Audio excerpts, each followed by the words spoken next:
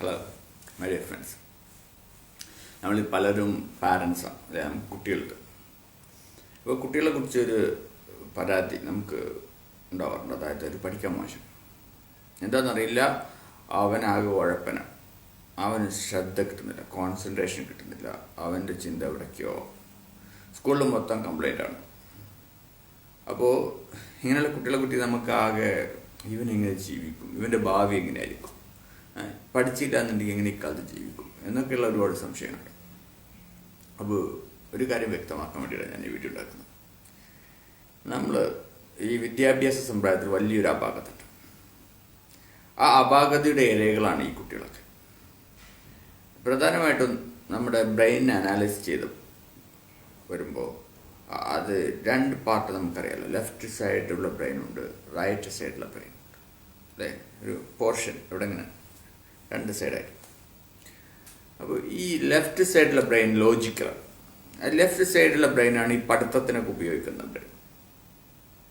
അത് കാൽക്കുലേഷന് വേണ്ടിയിട്ട്, അല്ലെങ്കിൽ ഫിസിക്സ്, മാത്സ്, അല്ലെങ്കിൽ കാണാപ്പടം പഠിക്കാൻ, ഇതിനൊക്കെ ഉപയോഗിക്കുന്നതാണ് left side brain. Right side brain എന്ന് പറഞ്ഞിട്ടുണ്ടെങ്കിൽ അത് ക്രിയേറ്റീവാണ്.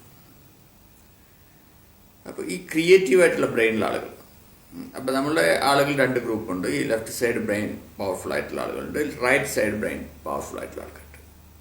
അപ്പോൾ ലെഫ്റ്റ് സൈഡ് ബ്രെയിൻ പവർഫുൾ ആയിട്ടുള്ള ആൾക്കാർ പഠിത്തത്തിൽ ഉഷാറായിരിക്കും.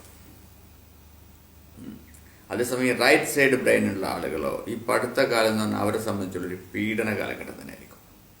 കാരണം അവർക്ക് യോജിച്ച രീതിയിലല്ല പാഠ്യപദ്ധതികളൊന്നും, അവരുടെ കഴിവുകൾ അവിടെ ടെസ്റ്റ് ചെയ്യുന്നില്ല. റൈറ്റ് ബ്രെയിനുള്ള ആളുകൾ ഒന്നിനും പറ്റാത്തവരാണെന്നുള്ളതാണ് നമ്മളെ പാഠ്യപദ്ധതി മനസ്സിലാക്കി വെച്ചിട്ടുള്ളത്. ആക്ച്വലി ഇവരെ പറ്റി ഇപ്പോൾ നമ്മുടെ കലാം പറഞ്ഞിട്ടുണ്ട്. ഇപ്പം നമ്മുടെ ബെസ്റ്റ് ബ്രെയിൻസ് ഒക്കെ ഫൈൻഡ് ചെയ്തിട്ടുള്ള back benches of the schools, അതായത് ബാക്ക് ബെഞ്ചിലുള്ളവരാണ് ബെസ്റ്റ് ബ്രെയിൻസ് എന്ന് കലാം പറഞ്ഞിട്ടുണ്ട്. നമുക്കറിയാം, ഇത് പലരുടെയും ലൈഫ് അനലൈസ് ചെയ്തിട്ടുണ്ടെങ്കിൽ, ഇപ്പോൾ ചരിത്രത്തിലേക്ക് നമ്മൾ പിന്നോട്ട് നോക്കുകയാണെങ്കിൽ നമുക്കറിയാം ബാക്ക് ബെഞ്ചിലുള്ള ആൾക്കാർ മോശക്കാരല്ല. പിന്നീട് ഭാവിയിൽ അവർക്ക് കരകയറിപ്പോയിട്ട്, എല്ലാവരും എന്ന് പറഞ്ഞു കഴിഞ്ഞാൽ പ്രോത്സാഹനം ലഭിച്ചിട്ടുള്ളവരൊക്കെ കരകയറിപ്പോയിട്ടുണ്ട്. ചിലർ പാരൻസ് വളച്ചൊടിച്ച് പൊട്ടിച്ച് അവരെ ക്രിമിനൽസ് ആക്കി മാറ്റിയിട്ടുണ്ട്.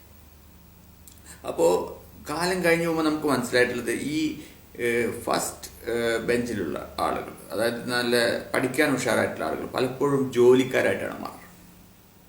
അതേസമയം ബാക്ക് ബെഞ്ചിലുള്ള ആളുകൾ ജോലി കൊടുക്കുന്ന ആളുകളായിട്ടാണ് മാറാറ്. പിന്നെ മനുഷ്യന്റെ വേറൊരു സ്വഭാവം, ഈ പറഞ്ഞ ലെഫ്റ്റും റൈറ്റും തമ്മിലുള്ള വ്യത്യാസം കൊണ്ട് ഇപ്പം ഇങ്ങനെ ഒരു കാറ്റഗറി തന്നെ വന്നിട്ടുണ്ട്. അത് ലേറ്റ് ബൂമേഴ്സ്, ഏർലി ബൂമേഴ്സ്.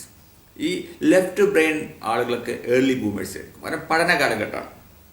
ഈ പഠന കാലഘട്ടത്തിൽ അതിൽ ശോഭിക്കാൻ കഴിയുന്ന ആളുകൾ സ്വാഭാവികമായിട്ടും അവിടെ നല്ല കഴിവ് പ്രകടിപ്പിക്കും.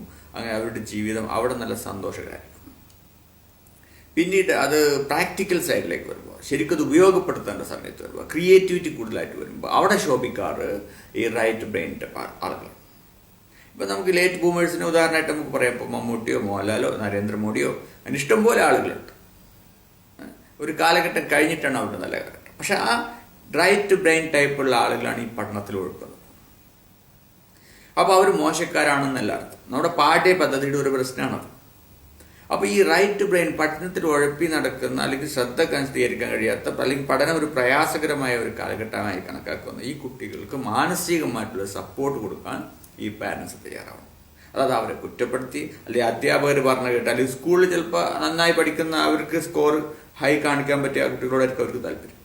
അപ്പോൾ അവരുടെ അഭിപ്രായം കേട്ട് നമ്മളെ കുട്ടി മോശമാണെന്ന് കണക്കാക്കി അവനെ കുറ്റപ്പെടുത്തി അവൻ്റെ കഴിവുകൾ മുരടിപ്പിച്ച്, അല്ലെങ്കിൽ അവനെ കൊണ്ട് ചെയ്യാൻ പറ്റാത്ത പണി അവനെ കൊണ്ട് ചെയ്യാൻ വേണ്ടി പ്രേരിപ്പിച്ച് അവനെ വളച്ച് ഓടിച്ച്, അല്ലെങ്കിൽ ബുദ്ധിയൊക്കെ കരിച്ച് എന്നൊക്കെ തന്നെ പറയണം. കാരണം ഇതിൻ്റെയൊക്കെ ഇരകളുണ്ട്, ഒരുപാട് ആളുകളുണ്ട്.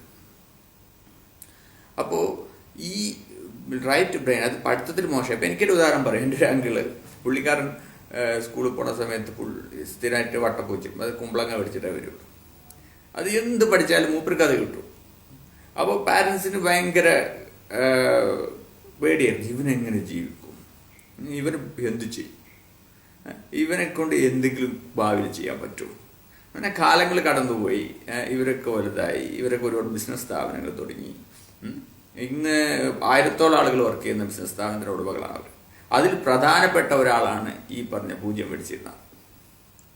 അയാളുടെ ജീവിതം, അതായത് ഈ ക്രിയേറ്റീവായിട്ടുള്ള അയാളുടെ കഴിവ് ഉപയോഗപ്പെടുത്തേണ്ട ഘട്ടം വന്നപ്പോൾ അയാൾ അവിടെ ശോഭിച്ചു. അങ്ങനെ പല ആളുകളുണ്ട് അല്ലേ. നമുക്ക് ടെൻഡുൽക്കറൊക്കെ 10ാം ക്ലാസ് തോറ്റെന്ന് പറഞ്ഞു, പക്ഷെ പുള്ളി നേടിയിട്ടുള്ള ആളുകളാണ്. ഇപ്പോൾ അഭിഷേക് ബച്ചൻ ചെറുപ്പത്തിൽ ഓട്ടിസം കാണിച്ചിരുന്ന ആളാണ് പറഞ്ഞു. അല്ലെങ്കിൽ ബിൽ ഗേറ്റ്സോ സ്റ്റീവ് ജോബ്സോ ഇവരൊക്കെ ലേറ്റ് ബൂമേഴ്സ്. അപ്പം നമ്മളുടെ ഈ പഠിക്കാത്ത കുട്ടിയും മോശക്കാരനാണെന്ന് വിചാരിക്കരുത്. എന്തുകൊണ്ട് നമുക്കത് മോശക്കാരനായി തോന്നുന്നു വെച്ചാൽ ഓൺലി ഈ പാഠ്യപദ്ധതിയുടെ ഒരു അപാകതയാണ്. അപ്പോൾ അതിൻ്റെ ഇരകളാവാൻ നമ്മുടെ കുട്ടികളെ നിങ്ങൾ ഇവിടെ എടുത്ത് അവർക്കുള്ള കഴിവുകൾ എന്തെന്ന് നമുക്ക് ചൂണ്ടിക്കാണിച്ചു കൊടുത്ത്, നീയും മോശക്കാരനല്ല, നിന്റെ കഴിവുകൾ ഇതൊക്കെ കണ്ടില്ലേ എന്ന് പറഞ്ഞ് അവനെ പ്രോത്സാഹിപ്പിച്ച് അവൻ്റെ ആത്മാഭിമാനം വളർത്തി അവനെ ആ പഠന കാലഘട്ടം കവർ ചെയ്തില്ലേ പറ്റൂ, എല്ലാവർക്കും പഠിച്ചേ പറ്റൂ. ആ കാലഘട്ടം വലിയ ഡാമേജ് ഒന്നുമില്ലാതെ, നമ്മുടെ ബ്രെയിനോ അല്ലെങ്കിൽ നമ്മുടെ വ്യക്തിത്വത്തിന് വലിയ ഡാമേജ് ഒന്നുമില്ലാതെ ആ കാലഘട്ടം കൊണ്ട് കടന്നു കഴിഞ്ഞാൽ പിന്നെ അവർ കയറിപ്പോയിക്കോളും. അവർ പിന്നെ അവരുടെ ഘട്ടം വരുമ്പോൾ നന്നായി പോയിക്കോളും.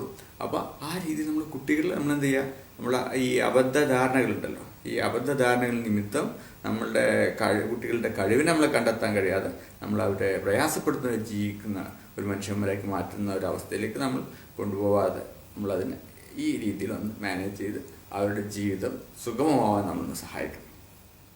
പറയാൻ വേണ്ടിയിട്ടാണ് ഈ വീഡിയോ. Thank you.